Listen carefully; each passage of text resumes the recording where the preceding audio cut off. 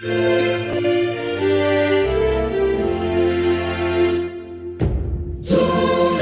sote na tusherehekee pamoja ushindi kwa ukombozi wetu. Tujitoe wenyewe, tusimame pamoja kulinda uhuru na umoja wetu. Enyi Bwana na binti wa Afrika, mwili wa jua, mwili wa anga, tuifanye Afrika mti wa uzima. Tuungane sote tuimbe pamoja, kuenzi shikamano hatima yetu. Tujitoe wenyewe kupambana pamoja, uhuru na umoja vitawale. Enyi Bwana na binti wa Afrika, mwili wa jua, mwili wa anga, tuifanye Afrika mti wa uzima. Tuungane sote na tujibidishe kutoa kilicho bora kwa Afrika, chimbuko la wanadamu, chemchemi ya utamaduni, tumaini letu wakati wa mafarakano. Enyi Bwana na binti wa Afrika, mwili wa jua, mwili wa anga, tuifanye Afrika mti wa uzima. Thank you.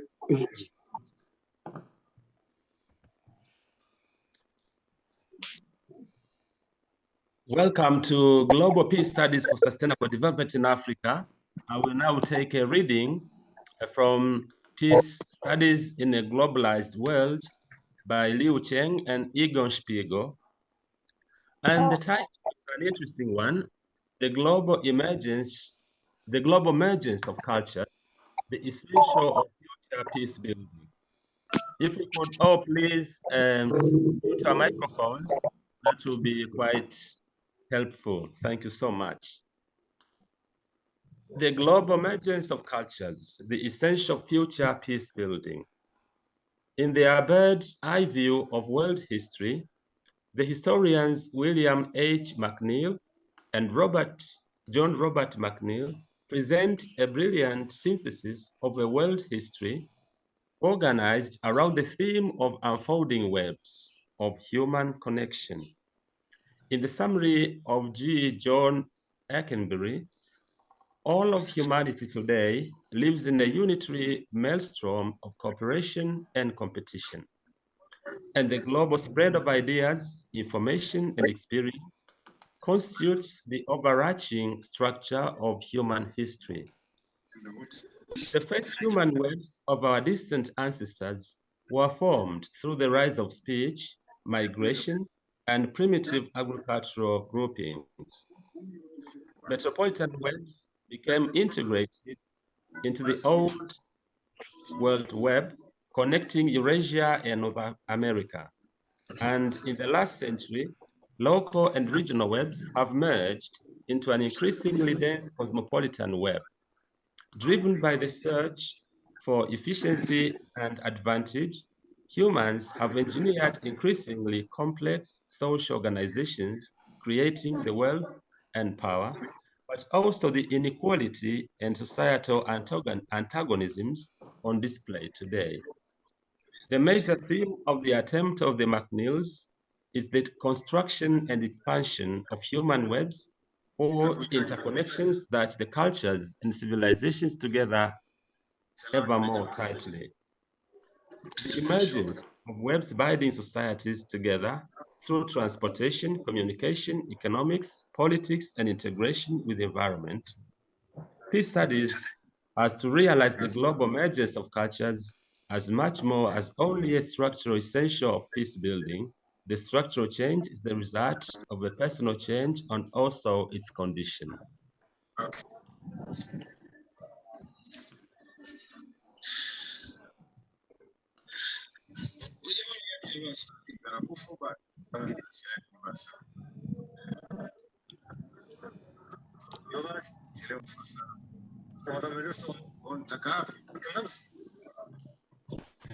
Hello, everyone. I hope you can hear me.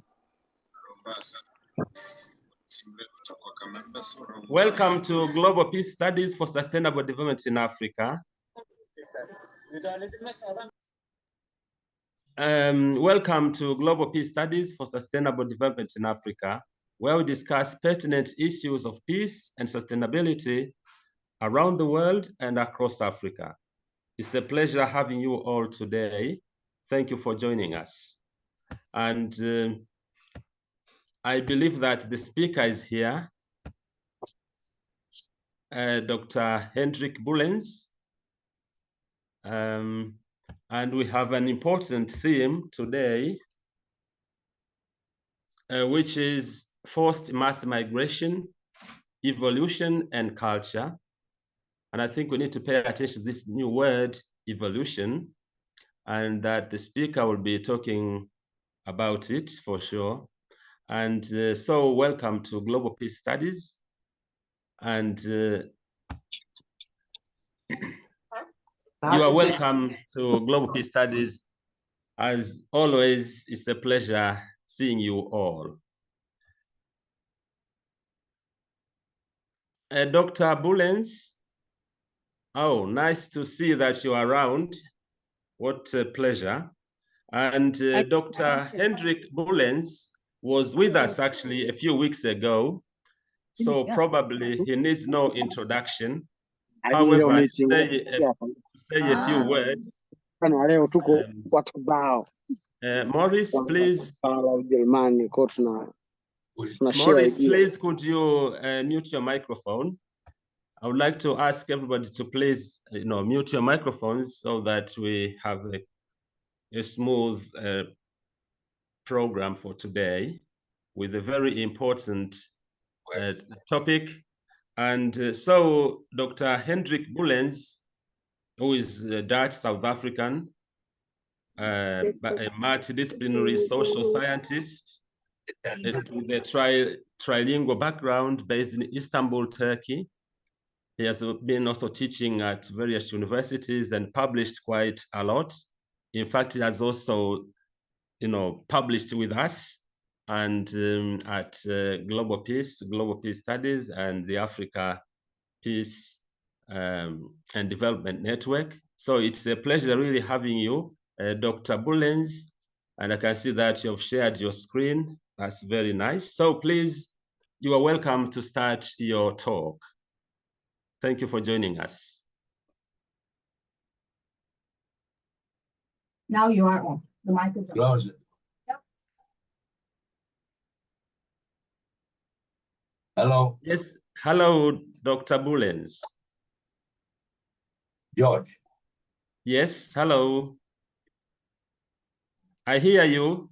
Please continue. Do me a favor. Leave this doctor. I'm Hendrik. Hendrik is enough. Okay? Yeah, please, Hendrik, please go ahead. You're welcome. Thank you. Okay. Uhuru. Uhuru, Uhuru. freedom. That's how I start. Okay. Camera, the microphone. Yes. Can you hear me? Okay. Yes, I can. That's fine.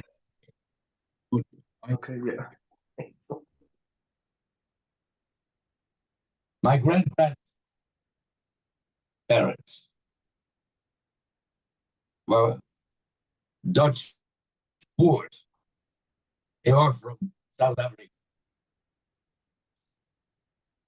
They had a lot of land.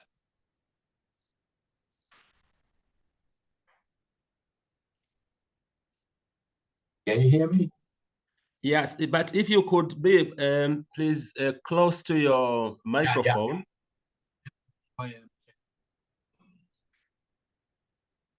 That would be helpful. So my grandparents were Bullens from Holland. Farmers. We lived, they lived. Fast geen probleem. What? You got? You got me? No, with some difficulty. I don't know if you can maybe face your, I think you're talking to your computer. If you could face it, that would be Is this better? easier. Yes, if I hear Is this you, better but I now? don't. Yes, it's better when I listen to you. Yes, but not Hendrik. Okay, no, I just changed the microphone. Hendrik, talk. Uh-huh. Can you hear me? Is it better? Oh no. No. Can you not hear him? Yeah, I can hear him. Please continue, Hendrik. It's incredible. Yeah, you keep this. Okay. Can you hear me now? Yes, now better, much better. Is that better? You need to Okay, speak yes. closer. nice. You know, I am surrounded by computers and none of them work. Yeah. And these idiots, they think they can manage nuclear power. Not even a computer. Okay. Hello, everybody. Hello. So Hendrik is enough. Yes, please, Hendrik. I do go not know ahead. whether I have to introduce myself. I think most of the people who were there at the last session, they are here again, so I don't have to them. But maybe there are a few more. How many people are attending now? Well, at least 40. Oh. Right. How many people are there in Africa? Are now millions. Yeah. Right. See, that's what I'm talking about. Yeah. To whom do we talk? Everybody has to say something. Most of it makes no sense at all.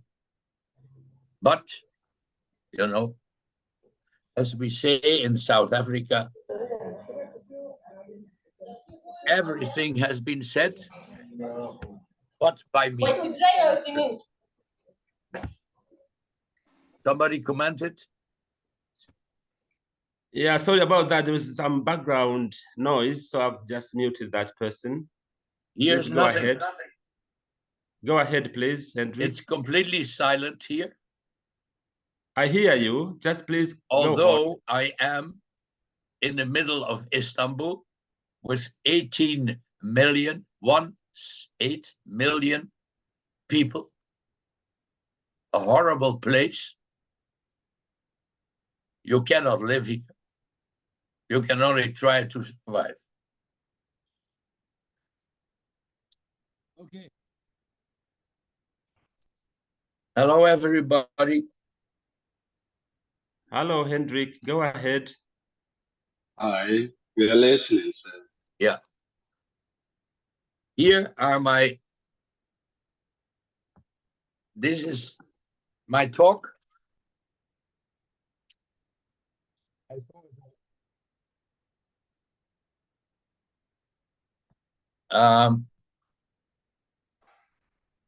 There's a famous saying in academia, and you know that. It says there is a very, very, very important difference between natural scientists and social science. The key difference is that social scientists, when they have a conference, they always have their paper. They read the paper. Whereas a natural science, he gives a free speech and only add a few slides when it is about data. Got it? That is how I will do it today. No paper. It's in the dust. Now, a few of you may have noticed that I have a paper. So, cheating. These are the jokes. I don't want to miss them. So I noted my jokes. That is my only piece of paper.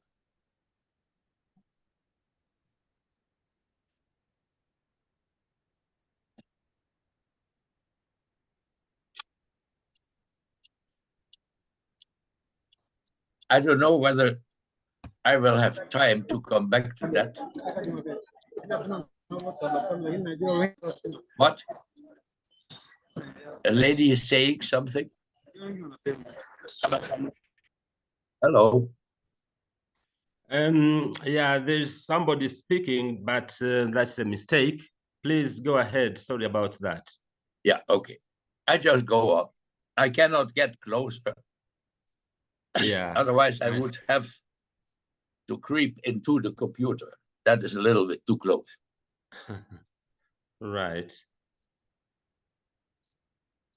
I don't know whether I will come back to that today because of the time, but the people should know, the people who were there last time know already, so I will not repeat all this again. That is too boring. But I am a multidisciplinary academic. I studied econometrics, political economy, business administration at my first studies in Holland under Jan Tinbergen, the Nobel Prizer. Then I worked 15 years for an American German management consultancy company. I did projects all around the world. And for one of my projects, the last one, they were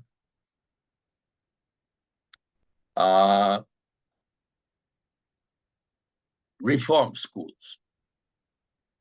So innovative schools. No schools as you know them. My schools, I call them my, because they are my baby. They have no walls. There are no doors. There are no classes. There are no grades. Can you imagine that? All together. And the children, the kids,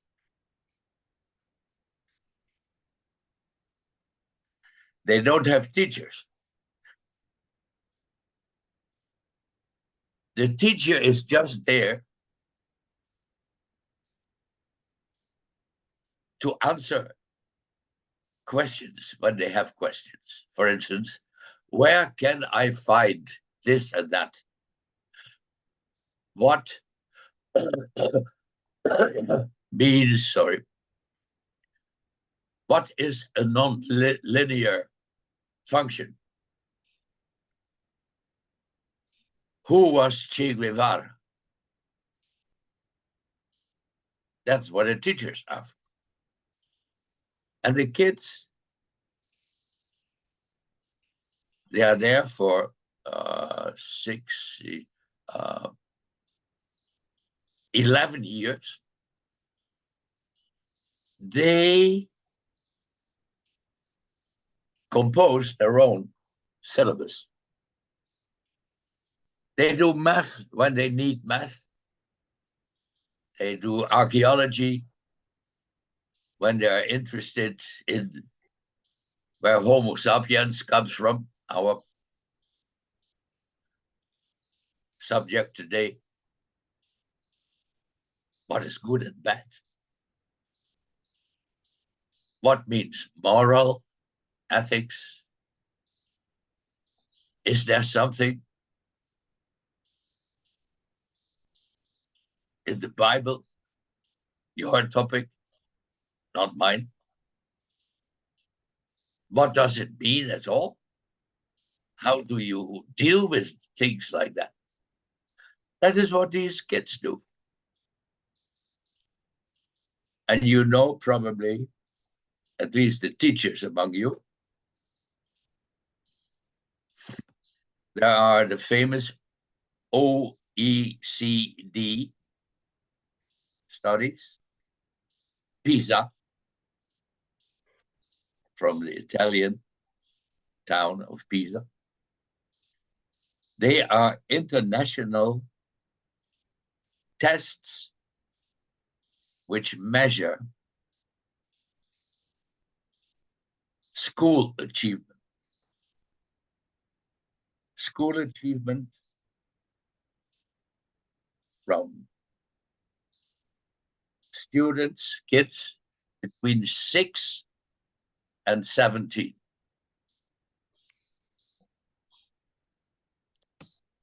Around the world. There are some 150 countries participate.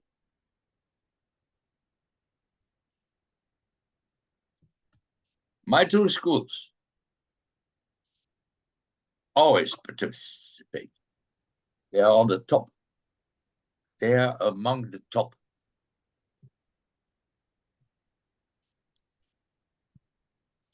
You know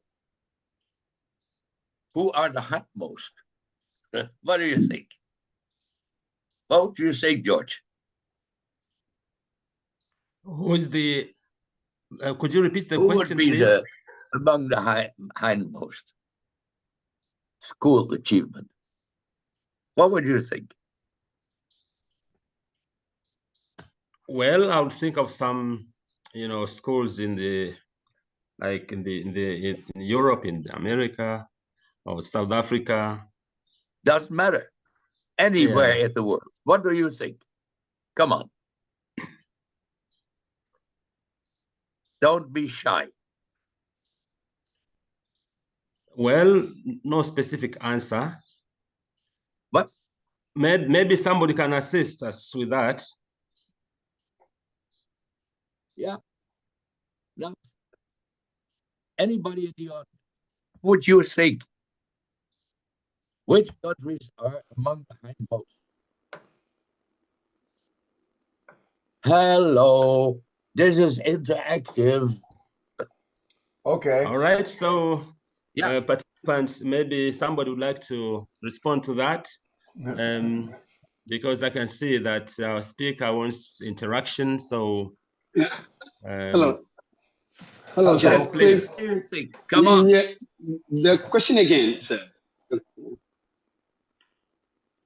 Who are the question hindmost? If Hendrik. School achievement, mathematics, literature, foreign language, statistics, storytelling. These are the 5 things being tested in 150 different countries, Okay. 100,000 of students between 6 and 18. Who do you think is among the hindmost, the last ones? What do you think? Come on. My guess is from my experience in 1963 and 4 in Nigeria, where I attended the Sudan Interior Mission School, St. Paul's College in Wusasa, was the traditional English model. They were way ahead of American schools at that time in that my fourth form was studying calculus, and I had never heard of calculus until that point. But I'm guessing that the Western model, traditional educational system, probably lagged far behind what you were doing. Yeah. Somebody else? Hello. Yeah, I don't think we can rank schools or educational systems when there are so many variables in so many different countries. And we can't say, I don't like the idea of hierarchical ranking of successful institutions or unsuccessful institutions. So I have to ask you, Hendrik, why are you asking this question? What? I didn't get. Posing this question. Oh, you want to know why I ask this question? Yeah. Do you really mean what you say? Yeah, I'm against ranking educational outcomes across Now I countries ask and this generations question. and all that. Yeah. I ask this question because this question is asked to millions of students through the world. And I want to know the answer. And that is what I'm sharing with you. Is that fair enough? Do you believe that there is an answer? You're a natural scientist.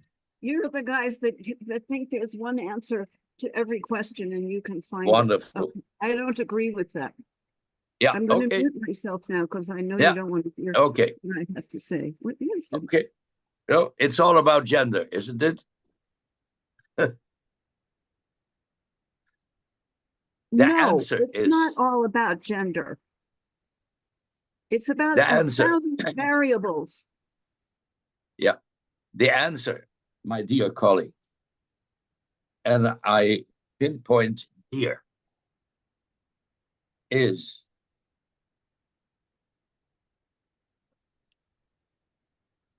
that, in fact, the answer to my question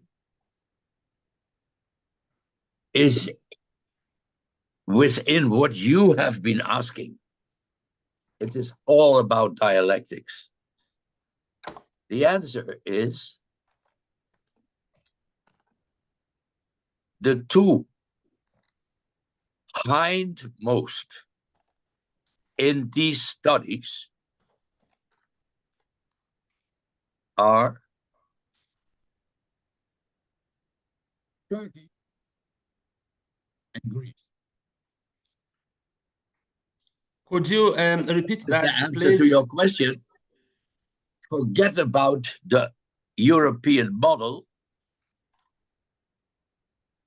about this general idea of teaching and learning, because both have that in Turkey and in Greece. But they are downmost. The one at the top are Korea, Japan, Russia, China, and Holland, my home country. Which means, because, dear colleague, the many, many variables, of course there are many variables. There are so many that some people conclude you cannot conclude anything. These are the constructivists. And I think you are a constructivist. But that is the opposite of what science calls truth. So you said you don't like ranking. Welcome to the club. I don't like it either. But that is not what a science is about. Science is not about liking. Science is about true or not true. And that is how I would like to start, or if you prefer, to finish my talk.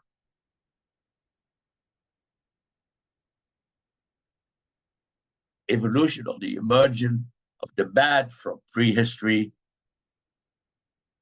to modern times. Oh, only half the text. To modern times and its relevance for future conflict and peace studies. Sorry, sometimes your microphone is very. Yeah. Um,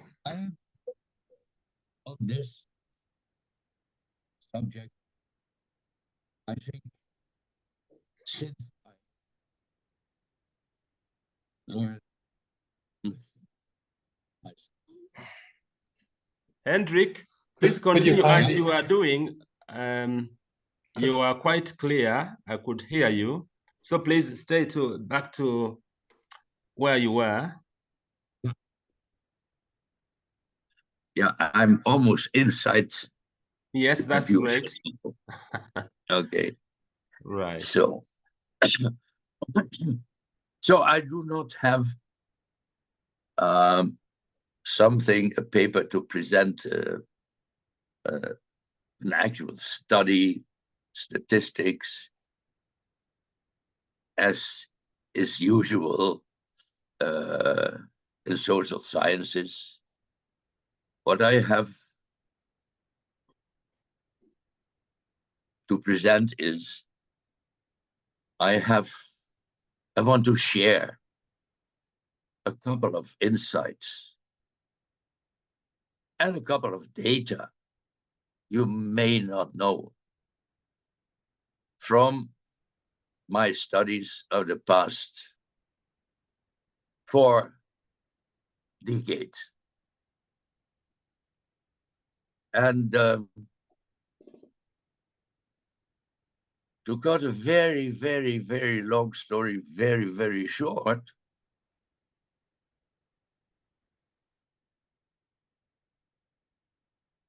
I found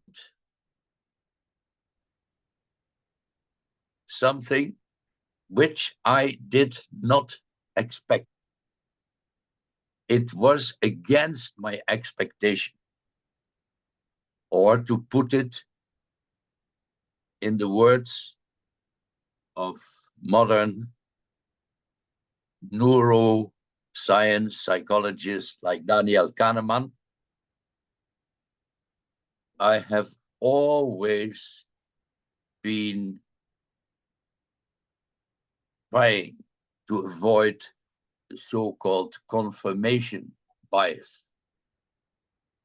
Most of the people, sorry to say, in our profession, not only in our, but especially in our profession, they have an idea of something, doesn't matter what, and then they do a study, a theoretical one, or an empirical one, maybe even with statistical proof, to exclude the toeval, as we say in Afrikaans, what do you say, the toeval.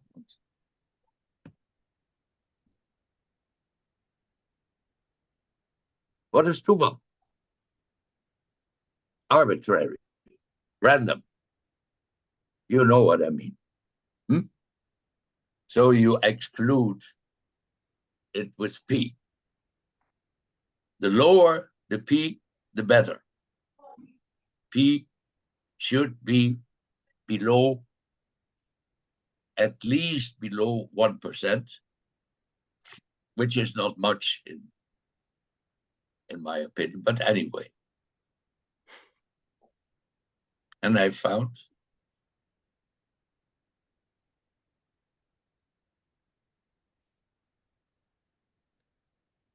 I work on forced migration, the refugee crisis, as they call it, the refugee crisis. They, who is they? The public opinion, the media, the right wing, politicians, they. The refugee crisis, 2015. 1 million floods Europe. Yeah. So that is what I have been working on for the past 10 years. But then I wanted to know a little bit more than here and now, hic et nunc. I wanted to delve first in our history, then in prehistory, then the whole way back in the evolution. Homo sapiens. Where do we come from? Where did it all begin? What changed? Why did it change? How did it change? Where are we headed? Where's all this stuff going to? Climate change, nuclear weapons, diseases.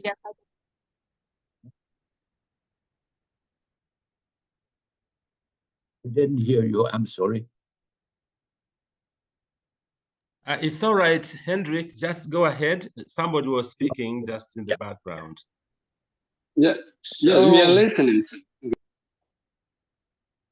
what I was interested in was, what is the red line? What is the red thread? What is the big picture? Not a little bit of this, a little bit of that. Yeah, I don't know. How much education is there in Nigeria in 1960 and compared to 1980?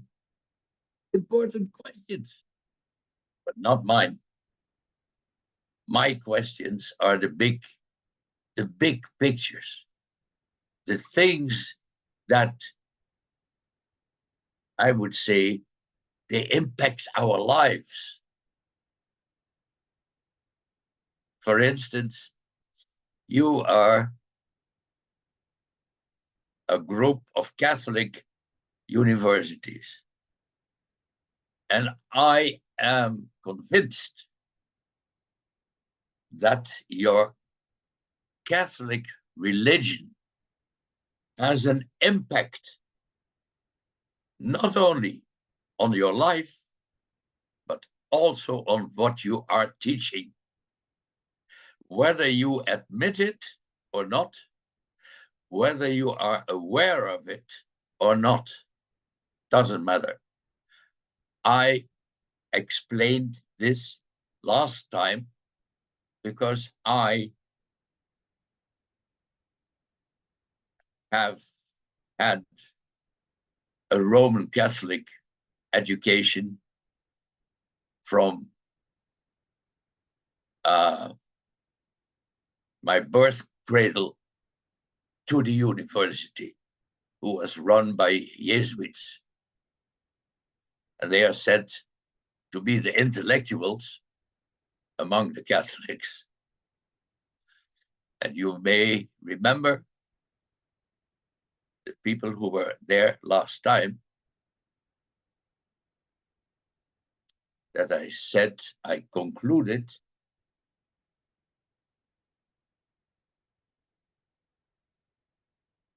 a full-fledged Roman Catholic education from the pedigree to your doctor thesis.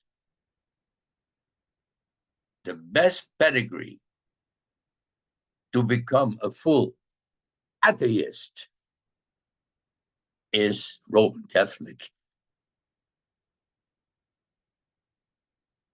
dogma.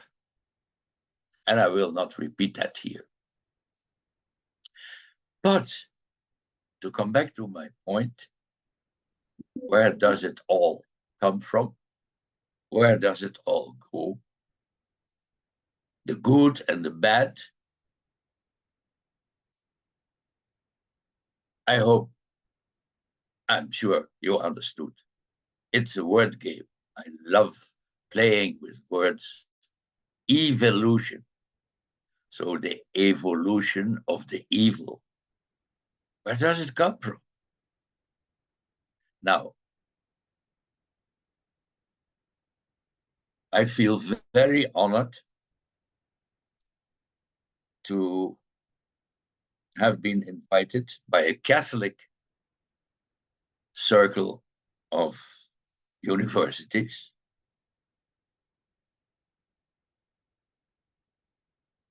You know, because I told you, the organizers, I am a militant atheist. I am, not a way, I am a science-based atheist.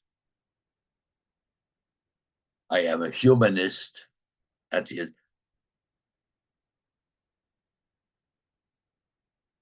Call it as you may. I hope my friend Richard Dawkins, you know him, the God Evilution, is watching this now as well. I hope so. I don't know. I wrote to him because I said, Richie, I'm doing your job now. I talk to these people and I do not want to convince anybody. I just want to confront them with the facts, the facts, the facts, the facts.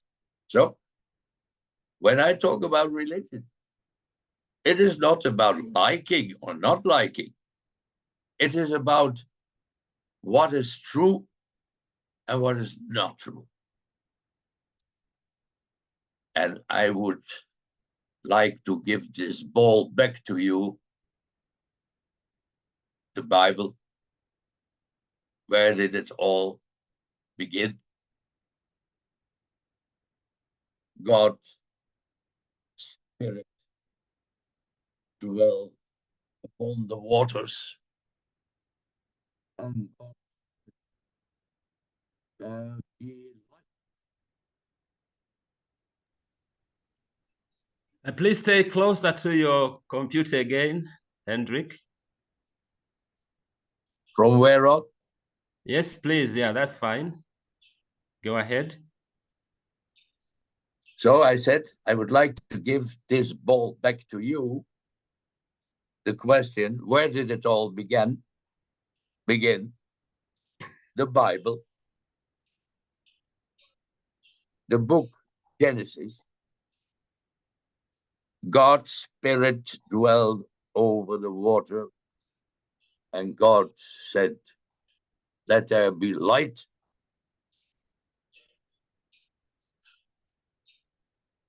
Hey, there's the first trap. Because as far as I remember, it was only the third day where God shaped the sun, the stars, the planets. So where did the light come from? I don't want to go on this path because I have had this kind of discussions thousands of times, and they are all futile. The people believe or they do not believe. And it is almost impossible to change this very deep belief. So, what I learned as a psychologist, as an evolutionary psychologist, we have to separate two completely different things. The one is believing, the other is knowing. Believing is to accept certain claims, statements, without asking. Whereas science is only about asking and not even be sure if what you find as an answer will hold tomorrow. So science is about skeptic, Descartes.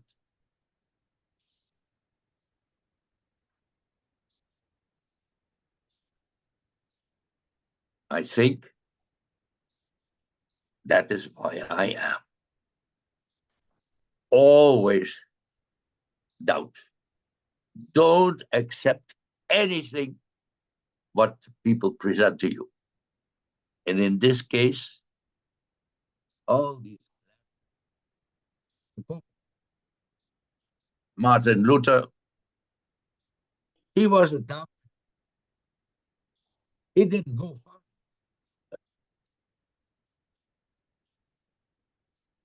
As Richard Dawkins, my friend, used to say, especially as if he were talking to you, George, and the other organizers. One of them is an what is it? Pastoral theologist, Siegel. Right? Yes. Am I right? Yes, you are.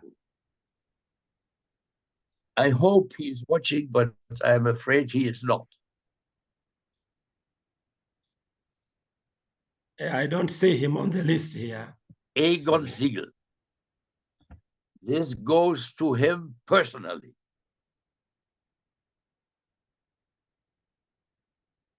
From a scientist to a famous, he is famous, the world knows him, but he is not a scientist. He is a clergyman. He is preaching.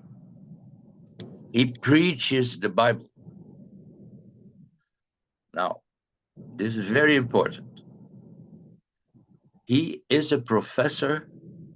I mean this word by word. You can check me afterwards.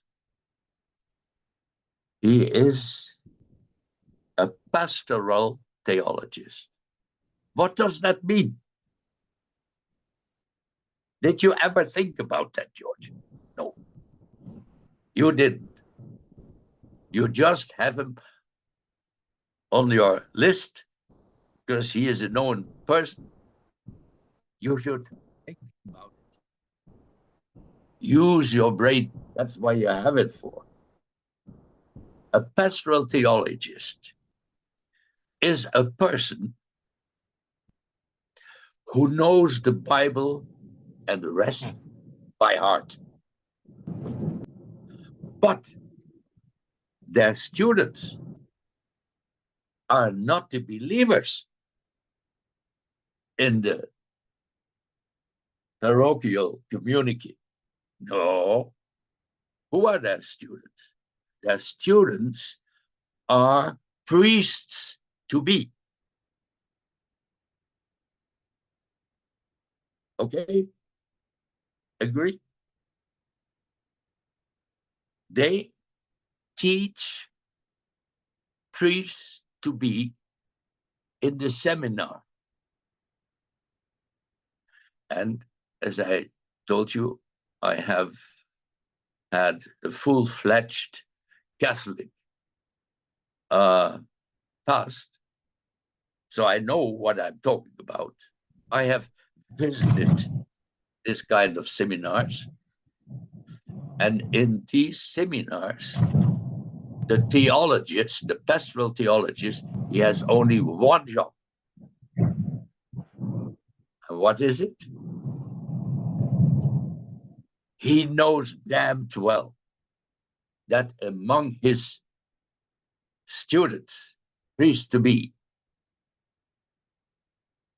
almost all of them have questions. They are doubters. Because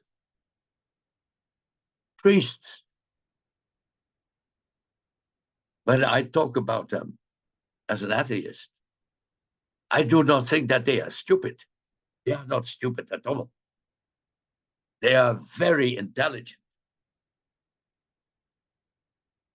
The pastoral theologist teaches them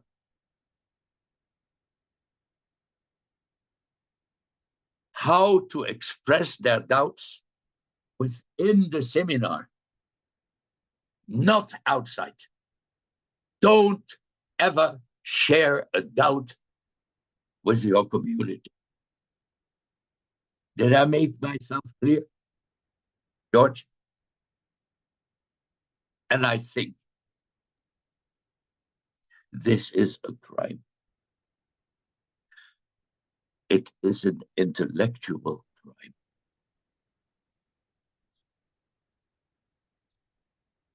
You know, I live in Turkey. Turkey,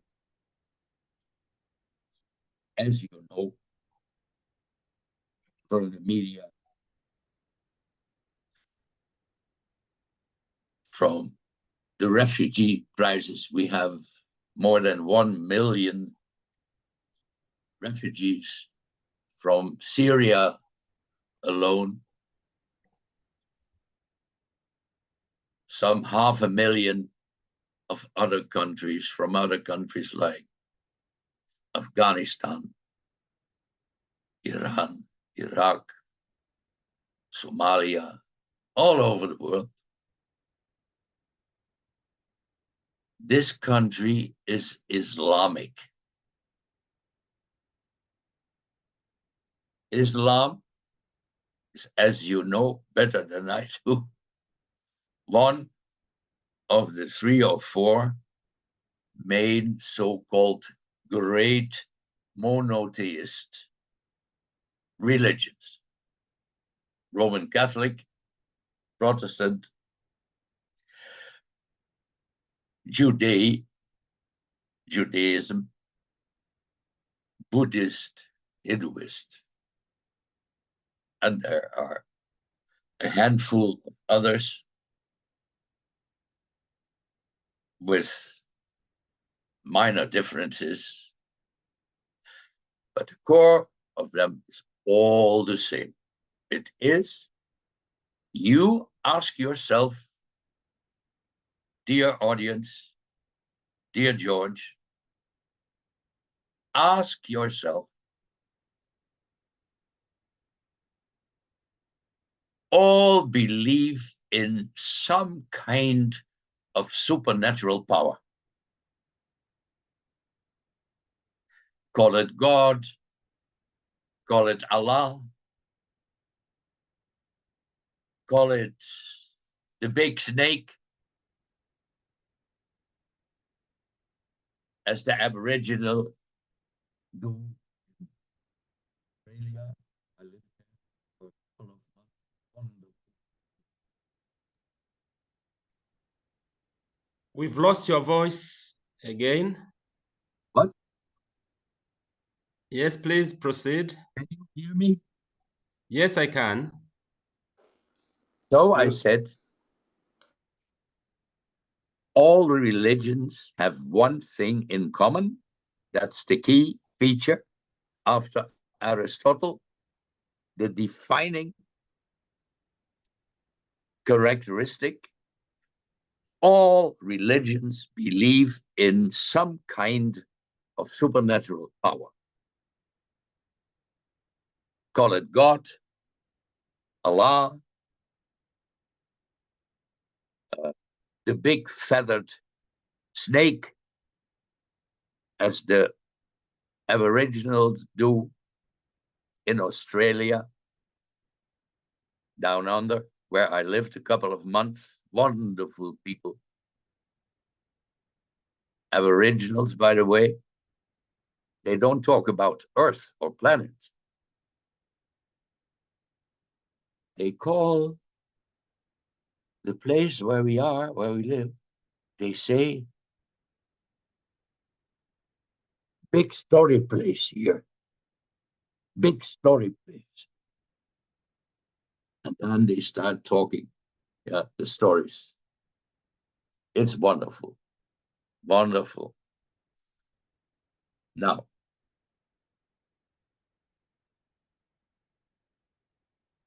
I don't know what time it is, but I will come to an end here. End of the journey back into ancient times, where the evil came from.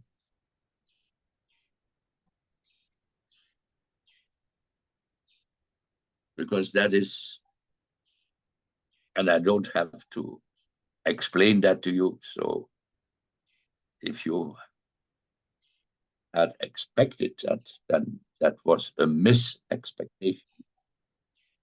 I was not going to tell you what you know better than I do from the Bible, the Theodicy.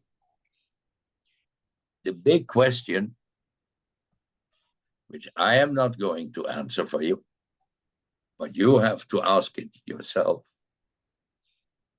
If there were a God, were, not is, why did he allow, not only allow, create the evil, all these bad things in the world? How is that possible? This is a contradictio in terminis, and you know that very well. And I am convinced that this has keeping you busy quite some times. And I would really be interested in your personal answers. I know the official answer. Yeah. I know that very well. God did it on purpose. Why? Because when he created Adam, he realized Adam should not be alone. He needs a wife. took a chop, created the female. You see the gender difference from the beginning, who is on top and who is down. It's in the Bible. Just try to read the Bible in the right way and you will find it. It is all in the Bible. And then, second and last, he discovered that the poor lion, that is Genesis, lying next to the lamb. He had nothing to eat. So he created the predator and the prey. What a cruel God. What a cruel God. If there were one. If there were one, he must be the most cruel being of what we can imagine. And that is how I want to close. I want to close with something I learned from my French teacher. When I went to high school, teachers were people who were worthy to have that name compared to today. Because 99% of them you can forget. They teach because they need the money. They have nothing to teach because they are stupid themselves. And this French teacher, he taught me three things. Oh yeah, now comes about 3 things. And then I stopped. The first one was about religion. He said,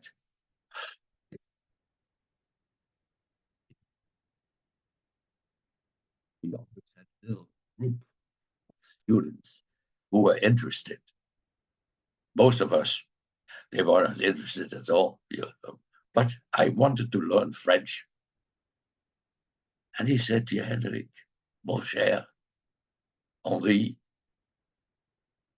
tu sais, you don't speak French probably, but that doesn't matter. He said, there are 2 kinds of people who read the Bible or the Quran.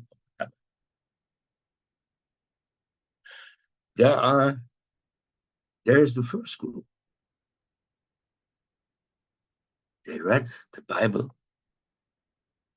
They understood. And they became atheists. And then there's the other group. They read the Bible. They did not understand. And they became believers.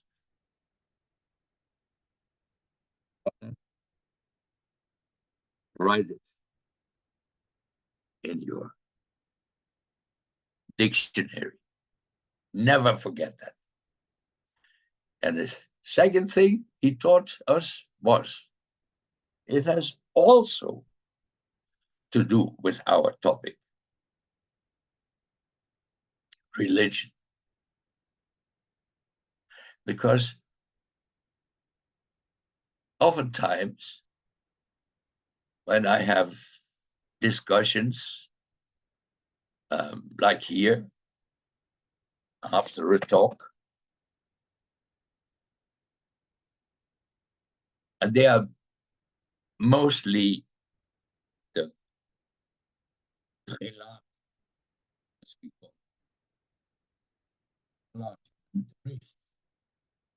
ones who studied, the ones who were victims of pastoral theology. Advisors prefer the more elegant 17-year-old one. They say, She became you do not know enough of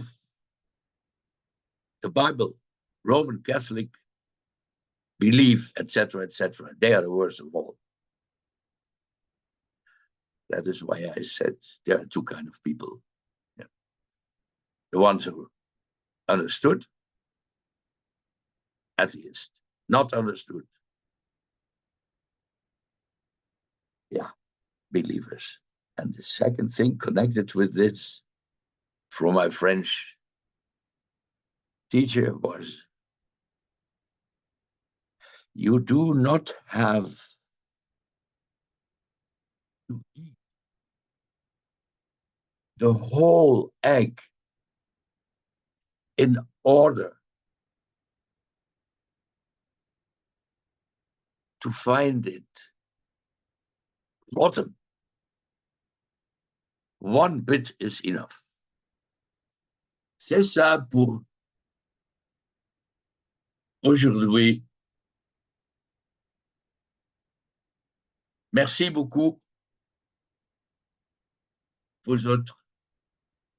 En allemaal goeienacht naar Zuid-Afrika. Back to you, George. The mic is yours. Merci beaucoup. Thank you so much, Hendrik, for your presentation. And I'd like now to ask you if you could stop sharing the screen so that we can see each other. Just a moment. I have to ask my wife because I can almost not hear. Hello.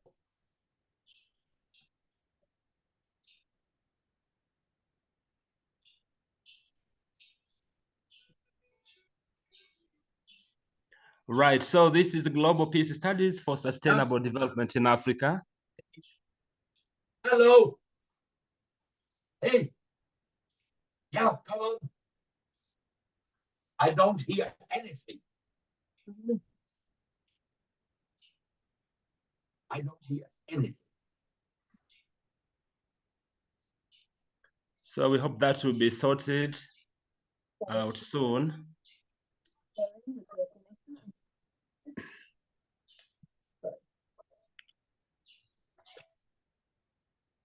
Okay, what do you want, Hendrik? George, you might need to tell her that she has to stop sharing. He didn't tell her. Yes, exactly. Please, if you could stop. Yeah, that's perfect. Yeah, thank you so much. And I believe that there are questions in chat, but we can go to those in a jiffy. But if you have a question, I can see, honestly, just Joe. Nice to see you, Joe. Welcome for a question or comment.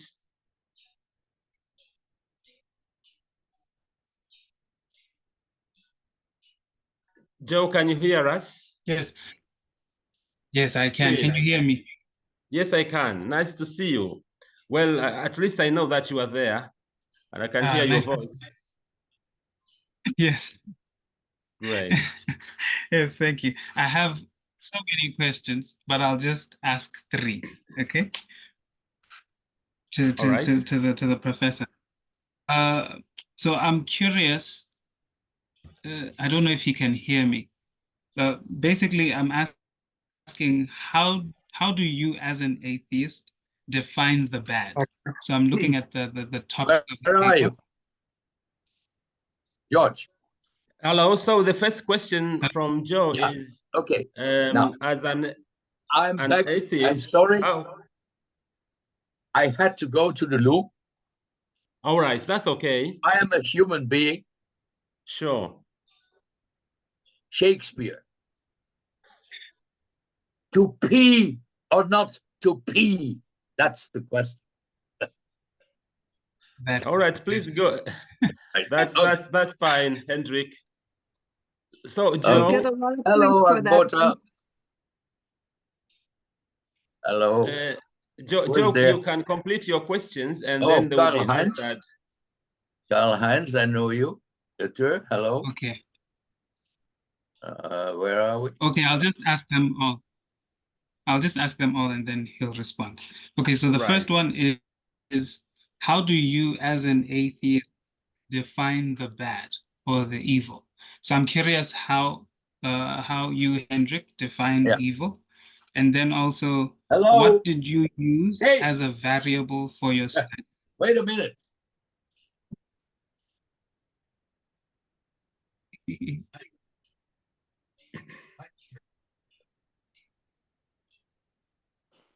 Yeah, so perhaps finish the questions and we'll write them down. Okay. Okay, so the first one, how do you as an atheist define evil? The second, what did you use as a variable for your study? And for how long did you follow it in the research? And then the third one is, what role does religion play in the research?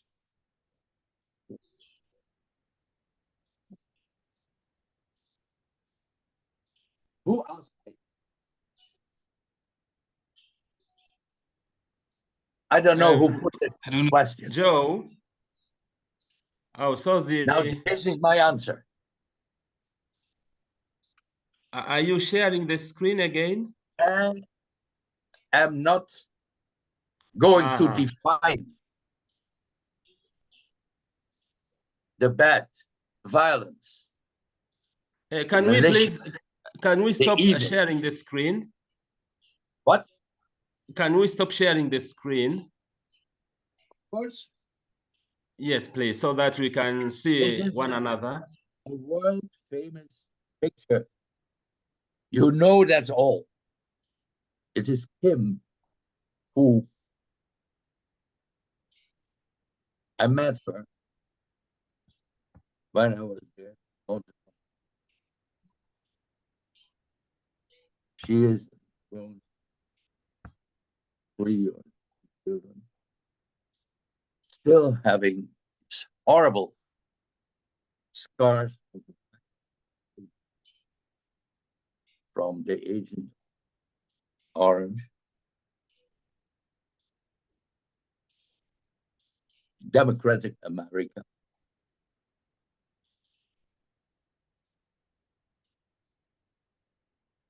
It is a legend.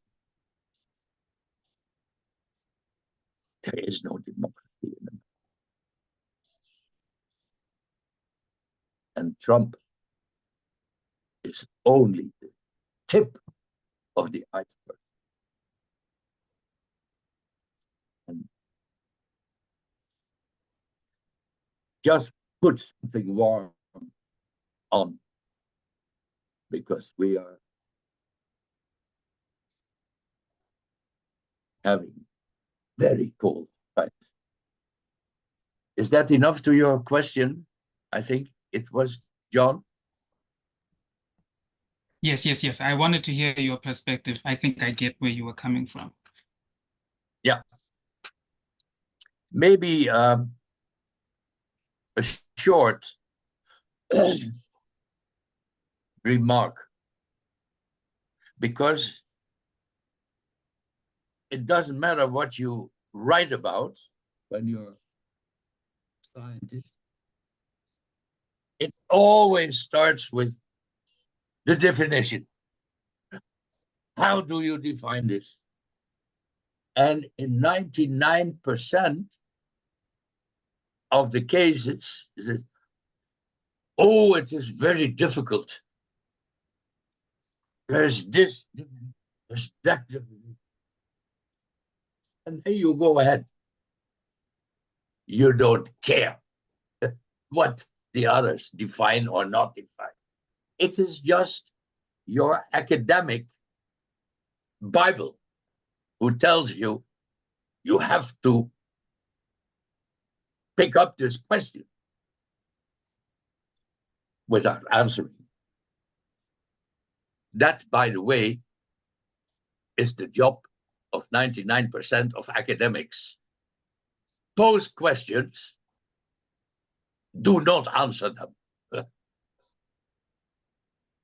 I like answers though. I am answering questions, provided the people ask. Most people don't ask. Okay. This was Olegomina Manuel Kant used to say to any further talk about definitions.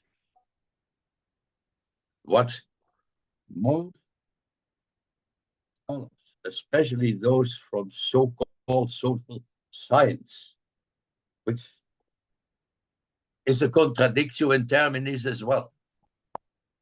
Most social science have nothing to do with science. They are just blah, blah.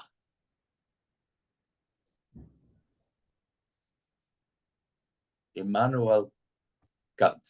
There are two kinds of definitions.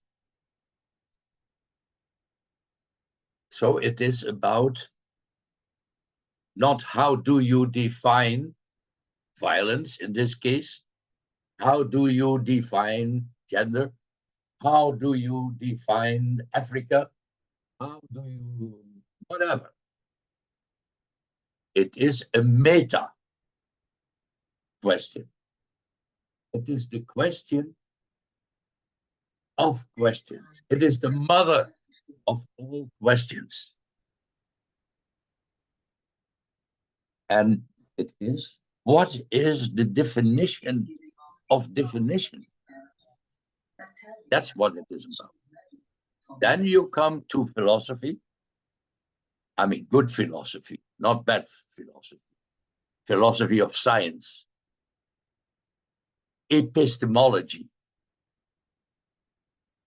Epistemology is about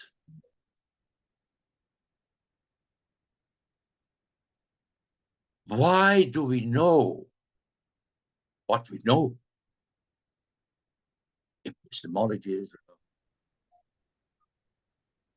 why do we know that what we think is true is true? How do we get that? Most people do not even think about that. They lost their capacity to think during their time at the university. Universities are slaughterhouses.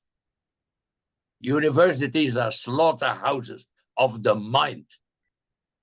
They kill critical thinking.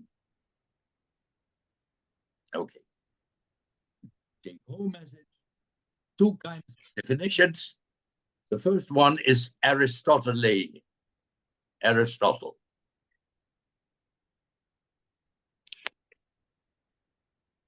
You know, Aristotle defines something,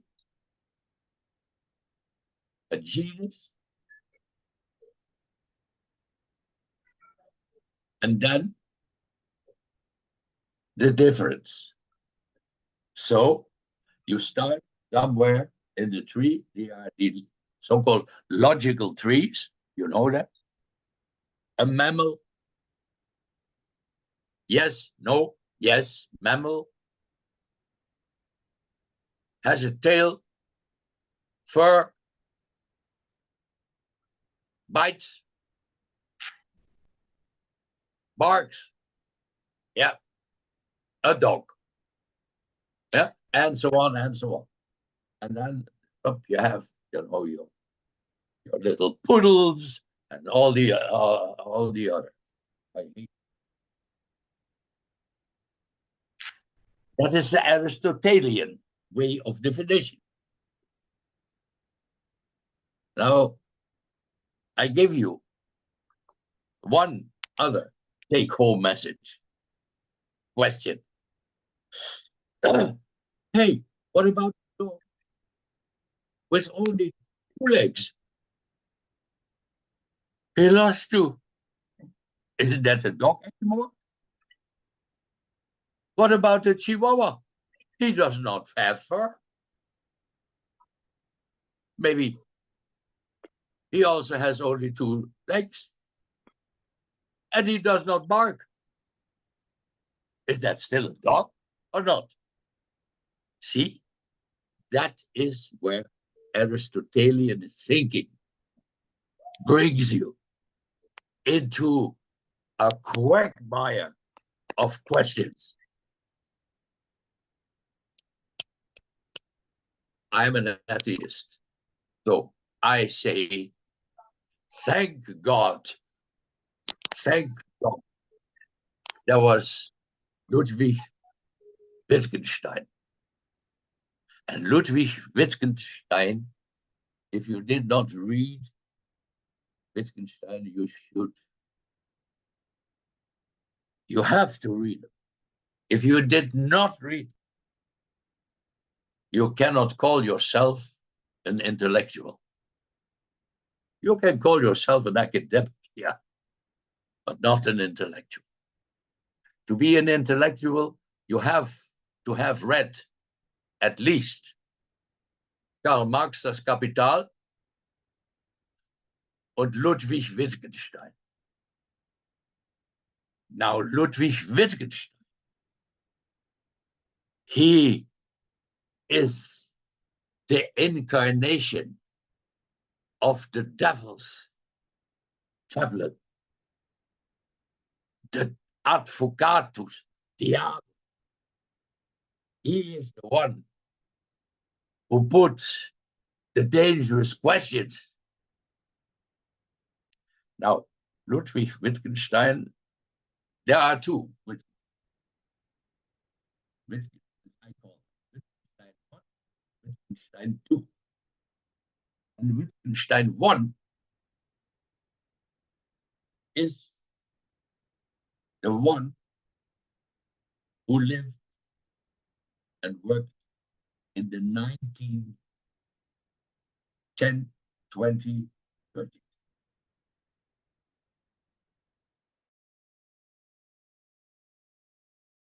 He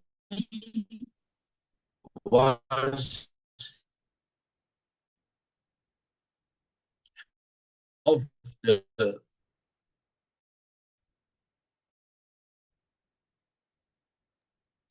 Sorry, the connection is not good. inner circle, Mhm.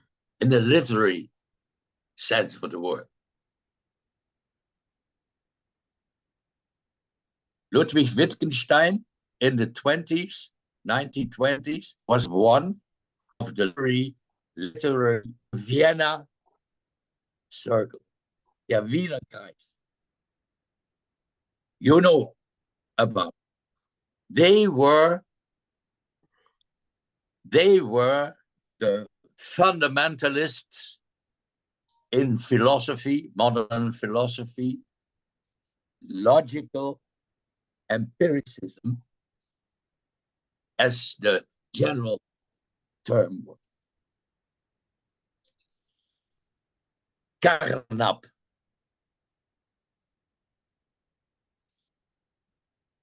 And others. I don't. They are all in the book. Reverend, because I highly respect these people, although I think they wrote all bullshit. It's worth nothing. You cannot do anything with it. Now, the thing is that Ludwig Wittgenstein, this poor little Scandinavian, he got fed up with it, with his Wiener Schnitzel. No, oh, sorry, Wiener Reis.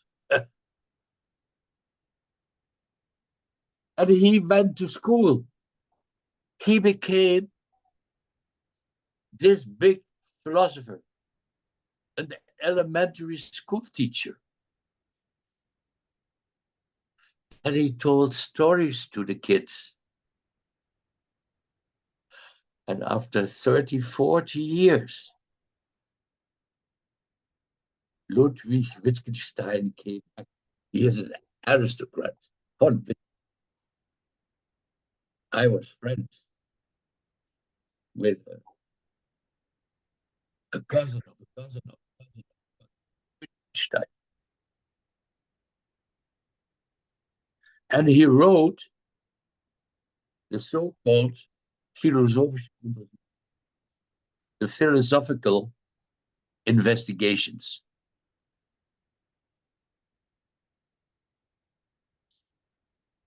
If you did not read it, I would invite you to take of your the Bible and replace it by Wittgenstein's philosophical investigations. You will be flabbergasted. What this guy wrote is incredible. I know it almost by heart.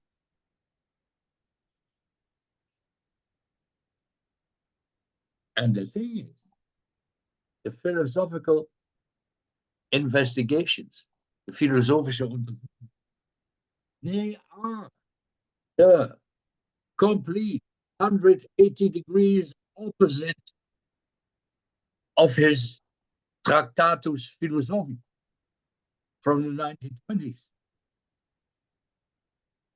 It is the opposite of logical empiricism, which was, let's say, fine-tuned, worked out by famous Karl Popper. Critical rationalism, as he named his theory, misnomed by many social scientists, especially as positivist. Popper was not a positivist. He was the opposite of positivism. He was, it's rational, critical. That is what he took from Descartes. Critical, doubt everything and use it with your brain, because that's what you got it for. Critical rationalism. Yeah. That's how I would like. Thank you so much, Hendrik, for your Merci beaucoup, answer. vous. Thank you, and for your presentation. Merci. Well, I can see that you're running out of time, but I'd like to give just a minute to... But please, loud, because I almost cannot understand I see. you. Okay, we'll try to be... You know. Right, we'll try to be as loud as possible. And I'd like now to ask Richard for a comment, but brief, please. And Okay. And honestly, just Joe, have you got another question or comment? Yes, I do. Then I will ask you, Joe, to summarize for us today and thank the speaker as you make your comment. Richard, please go ahead. Yeah, I just want that to be brief.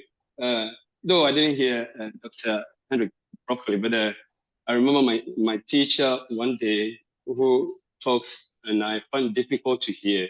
At the end of the day, I was able to score his exams. But I want to ask this. Migrants are basically traders finding clients to patronize their services.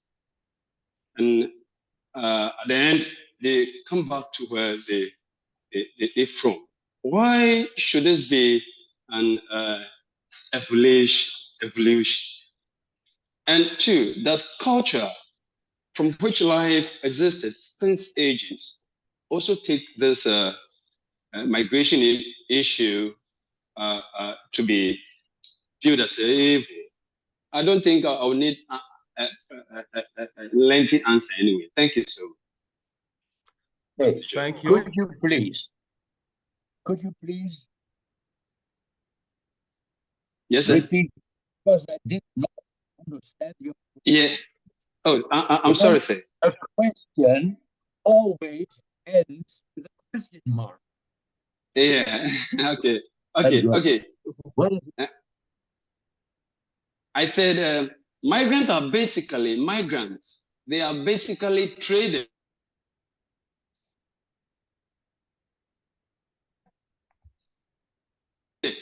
Clients to patronize their services. Migrants, they are basically, we see them as traders, searching for people to patronize their services. But why should this be evil, or why should it be considered as evolution? And does culture from which lives began since ages, also see this as evil? Thank you, sir. Hendrik? Are you okay with that, sir? Okay, then don't worry. Maybe Dr. George will try and answer, or any other would do that. The full answer is in my book. So buy it. The title, Moving for Survival. Now, there are two take-home messages. Yes, sir. Of what,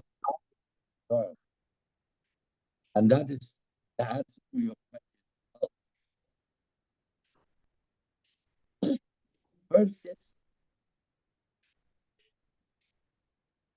especially in Europe, but of course also in the US, they talk about the refugee wave 2015 wave. It's all about language. What do you do with the wave? You have to push it back. You have to build dikes. You have to fences. It is a danger.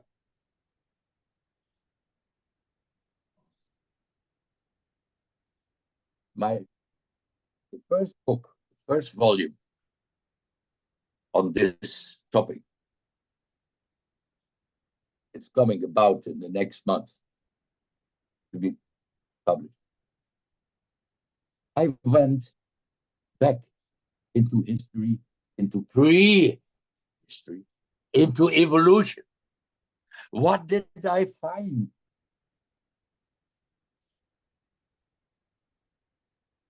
Homo sapiens is the product of migration. Homo sapiens has been migrating all the time. Without migration, Homo sapiens, we, you, George, and you, Richard, we would not be where we are now. Can you imagine that?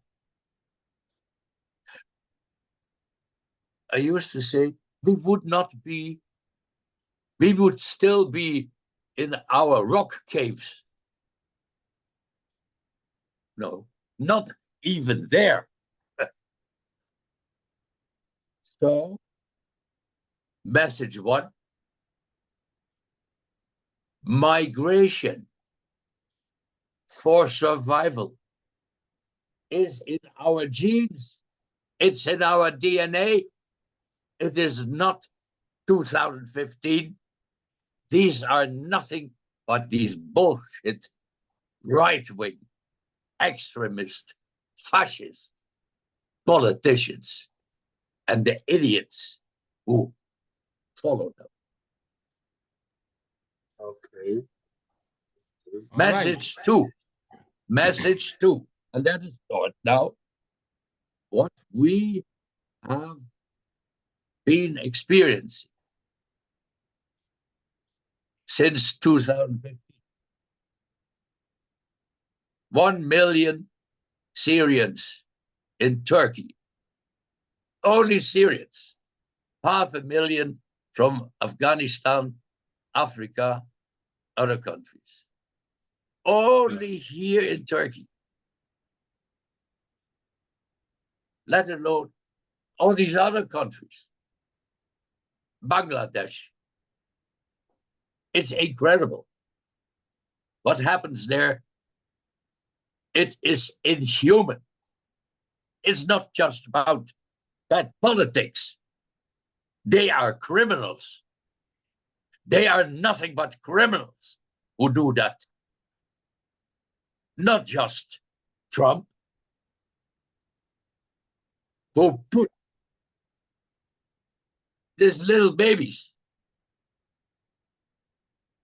coming to Mexico from Nicaragua, Latin America, Middle America. He put them in iron cages, separate from the parents.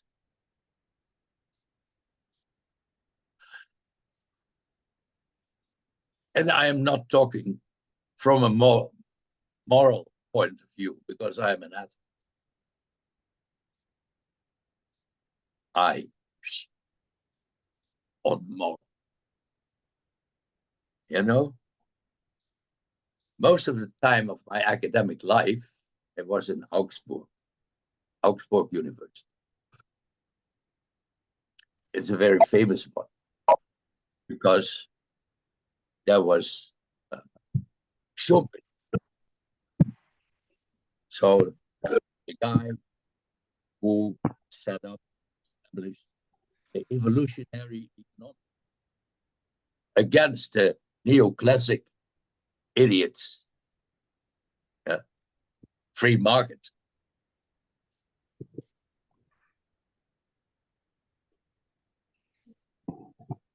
And Augsburg was also the birthplace of my beloved, best German-speaking author, Bertolt Brecht. Forget good. Forget Thomas. Is Bertolt. Bertolt Brecht said, and that is my last sentence, ethics, moral, that is something for poor. All right, thank you so much, Hendrik. And now, Joe, please, since we have run out of time, could you please conclude for us? Thank you very much, everybody, for coming. And we are looking forward to seeing you next week. Joe, are you there? Yep, I'm still there. Joe, No. I've talked too much anyway. Yeah, thank you so much. Somebody wants to comment, criticize, critical questions. That is what I am interested in most. Thank you very much indeed. Don't Definitely. confirm. Don't confirm. There will be some questions. There will be some questions sent to you later, Hendrik. Huh? So I thank you very much. I need a real believer. Where are the believers? All Catholic University. Come on. Yes. Representative of God on earth.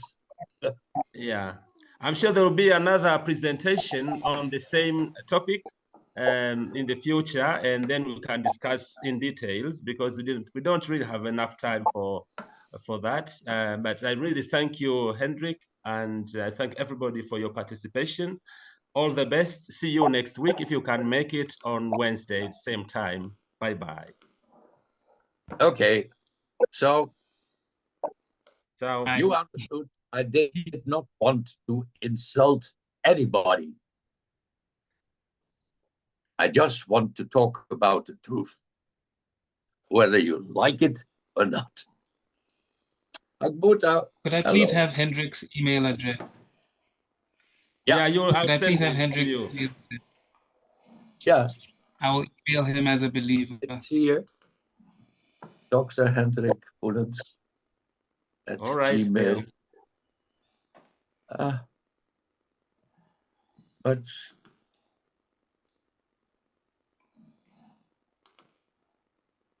there was not much asking, not much sharing, not much questioning. I don't know. Yeah, there will be questions later. Thank you.